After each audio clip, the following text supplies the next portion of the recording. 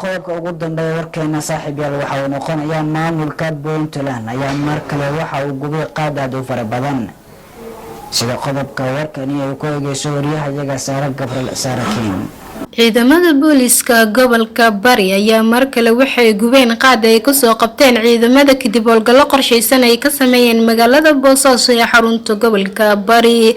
taliyaha qaybta booliska gobolka Bari Gaashaan Sare Xuseen Cali Maxamuud ayaa warbaahinta u sheegay inay dabargooni doonaan qaad ka soo gala magaalada Boosaaso ilaa qofka ugu dambeeya uu joojinayo qaadka uu keenay magaalada Boosaaso. dhowr jeer hore ayaa sidan oo kale ciidamada booliska gobolka Bari ay gubeen qaad fara badan oo lagu soo qabtay howlgallo laga sameeyay degmooyinka gobolka Bari. Saara Gabriel Saarakiin, Radio Wadaniyan TV.